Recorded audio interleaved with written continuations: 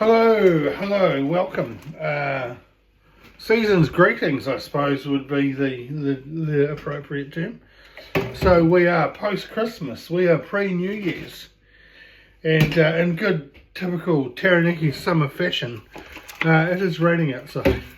So here I am, doing dishes because there's bugger all else to do, and I haven't done one of these for a while, for a few days at least. I think sort of there was something pre-Christmas and haven't really been home to create dishes. And so, and I really haven't had a lot to say. But today that's a little bit different. Today I want to talk about people. And, you know, people will always show you their value or how they value you by the way they treat you. They might not do it straight away, but eventually they will do it. And they do it through their actions.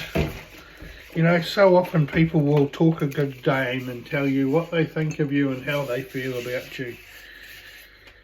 And then you have that situation or that scenario that'll contradict those words. And it's how often, or how many times do you let that happen before you let your actions speak and take a step back or take a wide berth and just disengage and disconnect. You see that especially with family, and especially at this time of the year. You know, so often I talk to people who regale me with, you know, the Christmas chaos.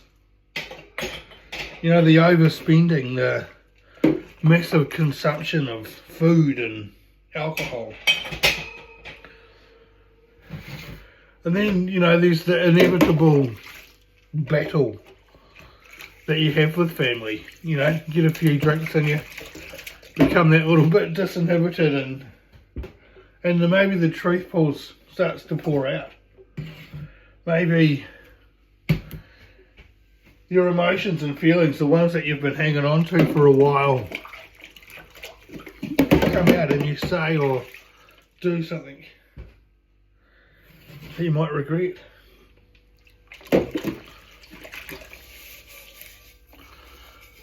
And I think from my perspective, the best thing to do is just not to be there.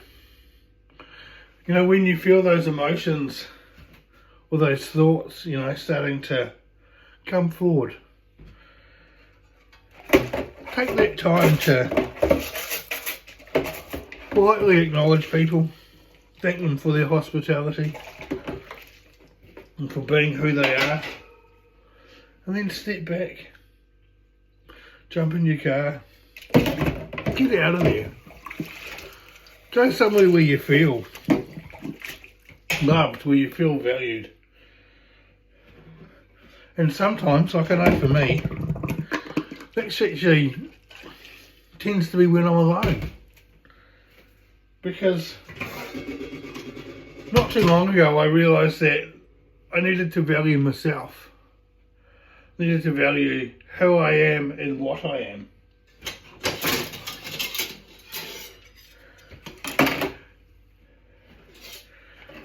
And it's taken me a while to unpack that, to understand who I genuinely am.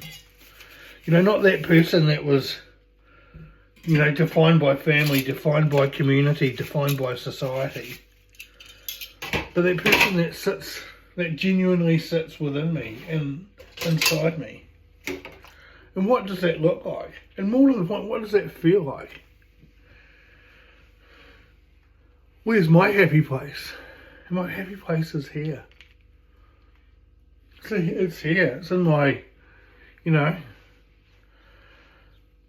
it's in the Wizard's Grotto in Eltham. It's where I feel safe. It's where I know I'm protected. It's where I can monitor and manage those that come in and out of my life.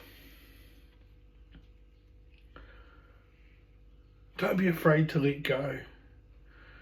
Don't be afraid to disconnect. And don't be afraid to start again.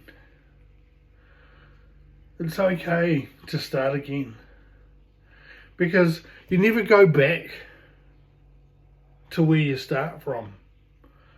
You know, you're always starting again with more knowledge, more understanding, more awareness than you did last time. And although it's hard at the time, later on it is so much easier, so much safer, and you'll have so much more freedom. Anyway, reflections from the sink. Much love. Talk to you next time.